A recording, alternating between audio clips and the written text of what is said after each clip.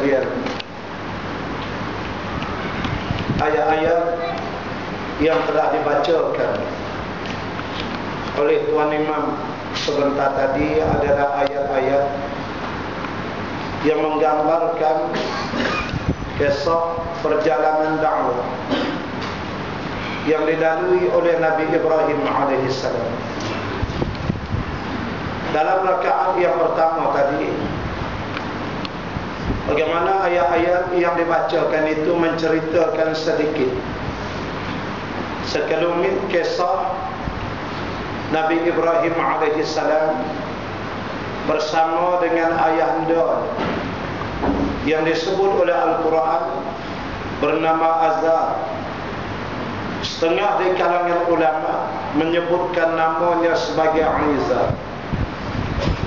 Bagaimana kalau kita buka di dalam Quran, banyak dialog yang berlaku di antara Nabi Ibrahim alaihissalam dengan ayah, di mana harus kita memahami bahawasanya bila terjadinya dialog, muzakarah dan soal jawab di antara Nabi Ibrahim dengan ayahnya Azar, sebenarnya jawapan-jawapan dan hujah-hujah, kepelbagaian alasan yang diberikan oleh ayahnya, itulah stand dan pendirian kerajaan Namrud itu sendiri.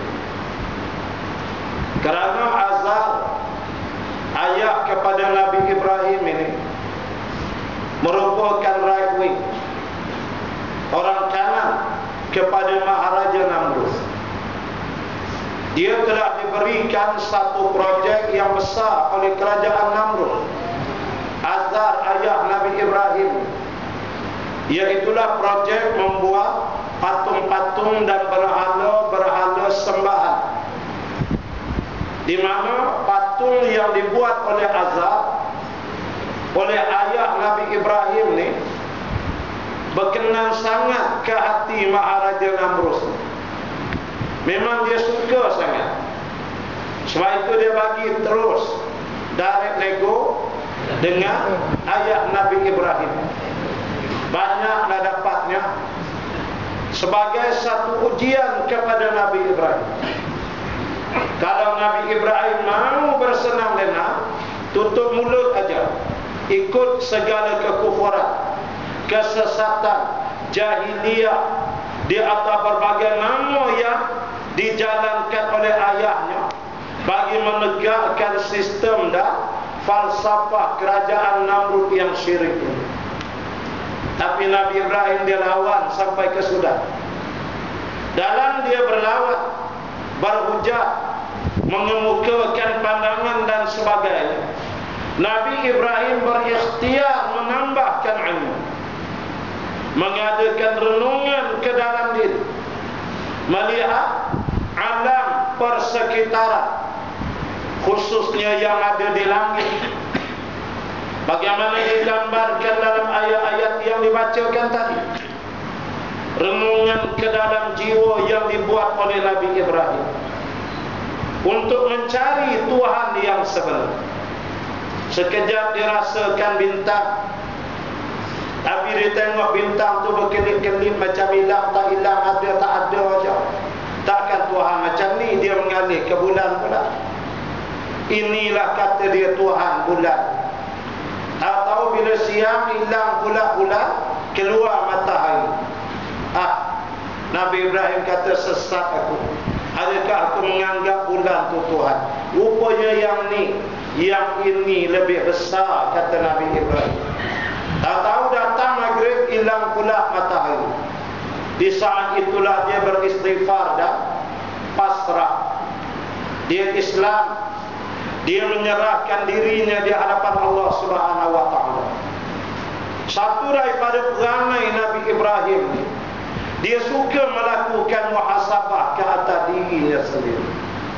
Dan ini perkara yang sangat baik, yang mesti kita lakukan tiap-tiap hari. Membanyakkan muhasabah ke atas diri, merenung dan melihat kejadian-kejadian yang telah dijadikan oleh Allah di sekeliling kita, supaya kita memahami bahawa hidup kita ini dikawal oleh Allah, Qadhi Rabbul Jalil. Bukannya kita boleh pandai-pandai buat perjalanan kehidupan kita masing-masing. Nabi Ibrahim alaihissalam membawa Islam sebagaimana nabi-nabi dan rasul-rasul yang lain. Islam yang jelas, wa'budullaha wajtanibut taghut. Abdikanlah diri kamu kepada Allah dan jauhkan dirimu daripada taghut, daripada setiap sesuatu yang melampaui dan melanggar undang-undang dan peraturan agama Allah Subhanahu wa ta'ala. Semua para nabi dan para rasul membawa akidah yang satu, membawa Islam yang satu, yang berbeza sedikit sebanyak di antara para nabi dan para rasul itu hanyalah dari segi syariatnya. Terdapat sedikit sebanyak perbezaan syariat, sebab permasalahan yang dihadapi oleh kaumnya masing-masing tidak sama. Kaum Nabi Lut lain masalah dibanding dengan kaum Nabi Syuaib. Kaum Nabi Syuaib di antaranya suka menipu dalam sukatan dan timbangan. Kalau dia timbang untuk dia, lebih semua. Kalau timbang untuk orang lain, tak ada apa orang lain dapat. Tapi pakai timbang yang sama, unipu sapu ke dia semua. Nipuannya kaum Nabi Syuaib tidak menegakkan keadilan dalam menyukat dan timbangan bagi seluruh manusia. Baca Al-Quran, kita dapati pula Nabi Sulaiman alaihissalam. Kerajaannya yang memerintah, rakyatnya terdiri dari kalangan manusia, jin, haiwan. Jinnya ada jin afrit yang kafir, ada jin yang Islam, binatang-binatang semua di bawah ta'aluk kerajaan dia. Maka masalah dia tu rencamnya kepelbagaian. Maka syariat bagi menyelesaikan masalah di zaman dia tak sama dengan zaman Nabi Syuaib. Yang dihadapi Nabi Syuaib tak sama dengan Nabi Musa hadapi, berhadapan dengan Fir'aun yang bengis dan kejam. Itu sebab syariat tu dia berbeza sikit sebanyak, tapi matlamat objektif satu sahaja, mengajak semua manusia mestilah mengabdikan diri kepada Allah Subhanahu wa ta'ala. Itulah yang Nabi Ibrahim buat, walaupun berhadapan dengan kaumnya, walaupun berhadapan dengan ayah dia, walaupun berhadapan dengan kerajaan yang memiliki kekuatan yang tidak ada tolak banding. Dia menegakkan kekuatan Islam di hadapan taghut yang ada di zaman ini. Itu juga yang dijalankan oleh Nabi Yusuf alaihissalam. Ketika Nabi Yusuf di ISI kan 7 tahun di bumi Mesir, tanpa bicara disumbat ke dalam tanah. Bagaimana dalam penjara itu ada banduan yang lain yang bermimpi, mimpi yang pelik, ada 2 ekor dalam tu. Akhir dia jadi baik ke Nabi Yusuf. Nabi Yusuf masuk kena tahannya ke agama, kerana akidah, kerana akhlak, kerana takut ke Allah Ta'ala. Yang lain masuk tu ke macam-macam lah, curi lembu apa semua. Tapi duduk sekali satu saat dengan Nabi Yusuf alaihissalam. Makanya ada 2 orang tu dia mimpi, dan dia minta Nabi Yusuf ta'wil ahadis. Ta'wil ahadis, tolong takwilkan, ceritakan mimpi kami. Nabi Yusuf kata beritahu. Mereka ceritakan Nabi Yusuf. Tapi kalau tuan-tuan baca Al-Quran, tuan-tuan akan dapati bagaimana Nabi Yusuf menyimpang dulu. Dia kena lepes lekor Osman dulu. Dia ceritakan tentang Allah Qadhi Rabbul Jalil. Allah itulah Tuhan yang sebenar. Allah Ta'ala itulah yang kena kita sembah. Yang ni kita duduk dalam ni dia panggil as-sijin ni, penjara. Allah Ta'ala pun kawan-kawanku ada penjaranya nama neraka. Kamu kena takut ke Allah Ta'ala walaupun kamu dalam penjara.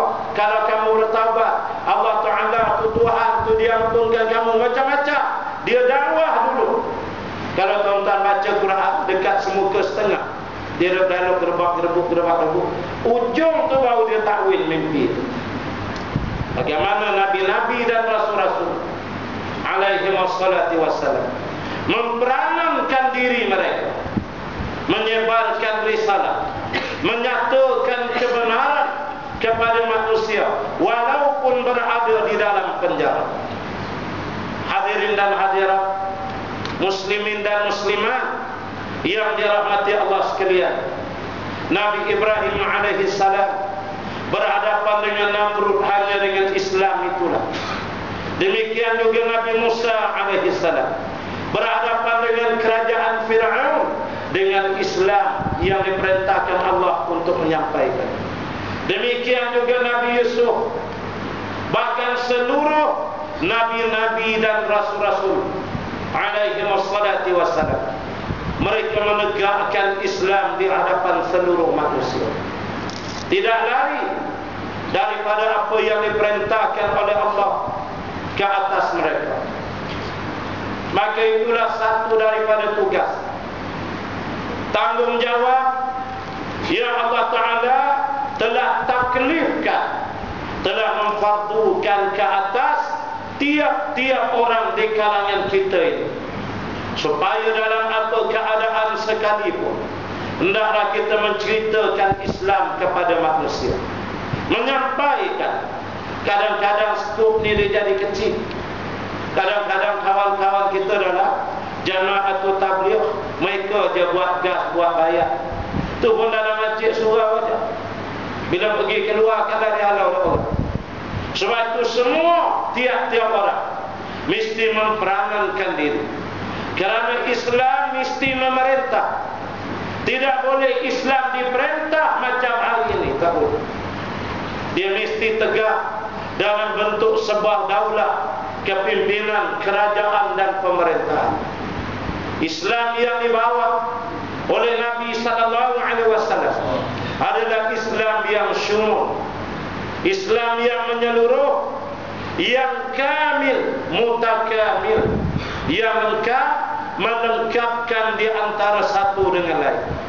Ketika Nabi sallallahu alaihi wasallam hijrah ke kota Taif, ketika dilontar dengan batu pecah kepala, baginda sallallahu alaihi wasallam beristirahat di sebuah kawasan kebun anggur milik seorang pemuda bernama Edas radhiyallahu anhu. Di mana Edas, dia tengok Nabi, dia kesian, lalu dia bagi setangkai anggur kepada Rasulullah sallallahu alaihi wasallam. Rasulullah petik, ambil setangkai, ambil sebiji makan. Asy-Syahid Said Qutb rahimahullah ta'ala di dalam kitab tafsirnya Fi Zilalil Quran, In the Shade of Al-Quran, telah menyebut bahawasanya setangkai anggur yang dipegang oleh Nabi sallallahu alaihi wasallam pada hari berada di Taif itu, setangkai anggur itulah gambaran jamaah yang telah menegakkan Islam dalam sejarah. Di mana kalau tengok kata Asy-Syahid Said Qutb, setangkai buah anggur ni, pertama pemegang dia tu di atas sikit dia untuk pegang. Itulah akidah la ilaha illallah, di mana akidah mesti ditegakkan dengan ilmu. Cuba lihat bila kita buat tahlil, afdalu zikri fa'lam annahu la ilaha illallah. Seafdal-afdal, sebaik-baik zikir, ingat Allah Ta'ala. Fa'lam, hendaklah kamu berilmu dan mengetahui.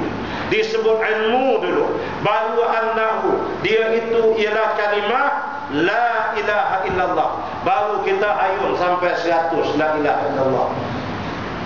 Tapi sebelum menyebut la ilaha illallah, diletak dulu kalimah fa'lam hendaklah kamu ketahui, menunjukkan ditegakkan akidah, ditegakkan kalimatut thayyibah, la ilaha illallah, mesti dengan ilmu.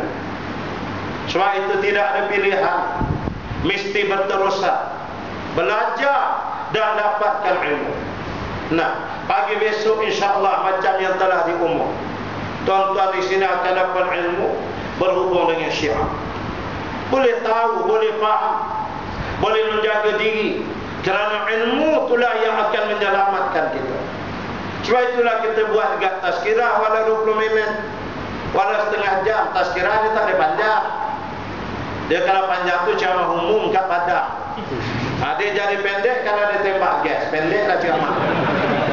Itu dia. Jadi kena faham, kalau tazkirah dia tak panjang, tapi kena mengingatkan, fazakir innama anta mudzakir. Beri peringatan. Kerja kamu tu bagi ingat, jangan ikut tak ikut sudah. Allah Ta'ala akan menghukum tiap-tiap orang dari kalangan kita. Banyakkanlah beristighfar dalam mengakhiri Ramadan ini, dan menyambung istighfar sehingga kita mati. Kerana istighfar ini besar fadilatnya. Pernah diceritakan pada satu hari Imam Ahmad bin Hanbal rahimahullah ta'ala, dia berjalan, kemudian nak singgah di sebuah kawasan istana. Dia nak menumpang bermalam, tapi tak dibenarkan oleh pihak istana. Lalu Imam Ahmad kata, saya nak tumpang aja. Dia kata tak boleh. Akhirnya jadi macam bertengkar. Tiba-tiba lalu seorang penjual roti. Dia jenis tukang buat roti. Dia dengar bising, dia berhenti. Dia kata, apa berlaku bising depan? Lalu pengawal istana kata, hamba Allah ni, dia nak tumpang. Mana boleh, ni istana. Lalu kata penjual roti, begini je lah tuan, marilah ikut saya, tumpang je lah bermalam di rumah saya. Tapi saya nak pergi tuan, nak pergi tahu, saya ni tukang jual roti dan saya buat roti. Masa tuan nak tidur tu lah saya start uli gelembuk tepung saya. Jadi kalau saya uli tepung tengah buat roti, tilam saya tepi kat dapur api tu kosong, tidur ke tepi api tukang buat roti. Jadi tuan nak tumpang, tidur situ aja. Kata Imam Ahmad, tak apa, bolehlah, asal dia dapat, saya tidur beristirahat di situ. Lalu pergilah dia ikut tukang jual roti. Sampai di rumah malam tu dia nak tidur, tak boleh nak tidur. Duk dengar bising gerbak debu empuk tepung tu satu hal. Lepas tu yang tukang buat tu tak berhenti beristighfar. Astaghfirullahalazim, duk empuk tepung tu. Astaghfirullahalazim. Bila dia nak tidur, ya? Kata Imam Ahmad, kacau pun macam ni, nak tidur macam mana? Dia sudah try juga nak pejam mata, tak boleh. Dari kanan subuh yang tu duk bunyi sambil masak tu, astaghfirullahalazim, astaghfirullahalazim, lupa lagi. Akhirnya Imam Ahmad pergi. Dia kata ni jenis pelik tukang buat roti, jangan lupa sambil masak istighfar. Ya, kita duduk nak buka puasa tu kalau boleh istighfar, tapi jangan ada lapar. Roti aja. Istighfar ke mana apa ke mana. Alhamdulillah tak boleh. Dah terberak kan baru bunyi alhamdulillah. Macam mana? Jadi Imam Ahmad bin Hanbal dia pun pergi ke dapur. Dia kata, tuan, minta maaf saya tak boleh tidur. Itulah dia kata, astaghfirullahalazim. Saya dah kata dah, astaghfirullahalazim. Dia duduk istighfar. Lalu nama Imam Ahmad tanya, dia kata, tuan, tak pernah saya jumpa orang uli tepung istighfar banyak sangat. Dia kata, kalau kamu nak tahu, arwah ayah saya pesan ke saya, supaya dalam hidup ni beristighfarlah, nescaya kamu akan dapat apa yang kamu hajatkan. Dan saya dah amal, dah istighfar ni lama dah. Alhamdulillah, semua yang saya hajat dapat. Katanya Imam Ahmad, dah kalau semua tuan dah dapat, berhentilah istighfar tu, saya nak tidur. Boleh mana ni pun tarik handbrake, jadilah dulu. Dia kata tidak, minta maaf, saya akan terus istighfar lama lagi. Sebab ada satu lagi hajat saya belum terkabul, katanya. Lalu ditanya oleh Imam Ahmad, apa dia? Untuk pengetahuan tuan, kata pembak roti itu, saya berhajat minta dengan Allah Ta'ala, saya nak bermalam dan nak berhadapan wajah dengan Imam Ahmad bin Hanbal, orang alim di negeri ini. Terkejut Imam Ahmad, dia pula duduk roti. Dia kenal tepung cak kunci je kan. Imam Ahmad dia tak kenal. Dia jenis orang niaga gitu. Imam Ahmad berkata, demi Allah, sesungguhnya dilunaskan Allah hajatmu. Akulah Ahmad bin Hanbal. Menangis tukang roti. Dia kata, telah aku sebut kepada kamu wahai Imam Ahmad, demi Allah, istighfar menyampaikan hajat segala yang kita nak. Jadi ingat, istighfar ni dia bukan menghapus dosa semata-mata. Itu yang utama juga. Tapi orang yang rajin banyak beristighfar, maka Allah tunai segala hajat yang dia nak. Barangkali kurang istighfar kita, main mengelak nyogok dengan bini itu yang payah nak kahwin tu. Cuba banyakkan istighfar. Nah, ini contoh yang ada merah. Ini contoh aja. Banyakkan istighfar. Nanti Allah Ta'ala bagi apa yang kita nak, insya-Allah. Kita yakin. Kita dari kalangan orang-orang yang mau membersihkan diri. Walaupun kita tahu kita belum bersih lagi. Kita dari kalangan orang-orang yang mencintai ilmu, walaupun kita tahu kita jahil lagi. Maka dengan kita kembali iringkan dengan istighfar yang banyak, insya-Allah apa yang kita hendak Allah Ta'ala akan bagi. Allah Ta'ala akan kurniakan. Tidak ada yang mustahil di sisi Allah. Terlalu mudah bagi Allah Qadir Rabbul Jalil untuk memberikan apa sahaja yang dihajati oleh manusia. Maka di antara perkara terpenting yang paling besar, yang hendaklah jangan kita tinggalkan sampai kita mati, ialah tilawatul Quran. Membaca Al-Quran. Baca, kalau boleh dapat hafal. Hafalkan Quran yang ambil ayat pendek-pendek tu. Ambil surah Latin dulu dari bawah, naik kata sikit-sikit macam tu. Ni kau tembak terus surah Al-Baqarah, 8 bulan tak hafal-hafal lagi, mula naik pedak. Kita ni jenis cepat pedak pula. Lepas tu fikir, aku pun bukan ustaz, bukan nak jadi imam, langsung tak ngapal. Ambil yang sikit-sikit, pelan-pelan kita buat, ya? InsyaAllah. Mudah-mudahan kita harap saat-saat kita nak mati itu kita dah masuk di kalangan orang yang menghafal Al-Quran. Ini yang kita ajak dan kita harapkan.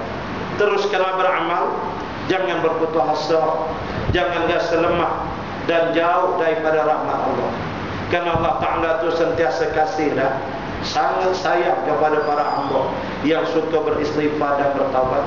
Dan ambillah sikap Nabi Ibrahim, berjuang bagi menegakkan risalah. Begitu juga Nabi Yusuf menghadapi ujian adik-beradik. Nabi Muhammad menghadapi ujian adik-beradik, ipar besan dia juga. Pak saudara dia Abu Jahal, Abu Lahab, menghadapi Parsi dan tu. Tapi akhirnya Allah Ta'ala pasti beri kemenangan. Itu yang sedang dihadapi di Syria, itu yang sedang dihadapi di Mesir. InsyaAllah kemenangan pasti akan datang, percaya. Ujian ini sementara dan sekejap aja. Kerana ayyukum ahsanu amalan. Aku nak tengok siapa di kalangan kamu yang paling baik amalnya di hadapan Allah Qadir Rabbul Jalil. Mudah-mudahan kita terus dengan kebaikan iman yang kita miliki, dan kita mengadakan ibadah dalam bentuk yang meningkat terus dari masa ke masa, sehingga Allah membersihkan kita daripada syirik dan kejahatan-kejahatan yang lain, lalu mati dengan menyebut kalimatul haq, kalimatul thayyibah, la ilaha illallah Muhammadur Rasulullah sallallahu alaihi wasallam. Sekadar itulah tazkirah yang ingin saya sampaikan untuk malam ini. Mudah-mudahan ada manfaatnya bagi diri saya, muslimin dan muslimat sekalian. Kita tangguh dengan tasbih kifarah suratul Asr dan bacaan doa. Subhanakallahumma wa bihamdika, nashhadu an la ilaha illa anta, nastaghfiruka wa natubu ilaik. Bismillahirrahmanirrahim. Wal 'asr, innal insana lafi khusr, illa alladhina amanu wa 'amilus shalihat wa tawasaw bil haqq wa tawasaw bis sabr. A'udzu billahi minasy syaithanir rajim. Bismillahirrahmanirrahim. Alhamdulillahi Rabbil Alamin. Wassalatu wassalamu ala ashrafil anbiya wal mursalin Sayyidina Muhammadin wa ala alihi wa sahbihi ajma'in. Allahumma inna nas'aluka ridhaka wal jannah wa na'udzu bika min sakhatika wan nar. Allahumma innaka 'afuwun karim tuhibbul 'afwa fa'fu 'anna wa 'an walidina 'an jami'il muslimina wal muslimat wal mu'minina wal mu'minat al ahya'i minhum wal amwat bi rahmatika ya arhamar rahimin. Walhamdulillahi rabbil alamin wa billahi taufiq wal hidayah. Assalamualaikum warahmatullahi wabarakatuh.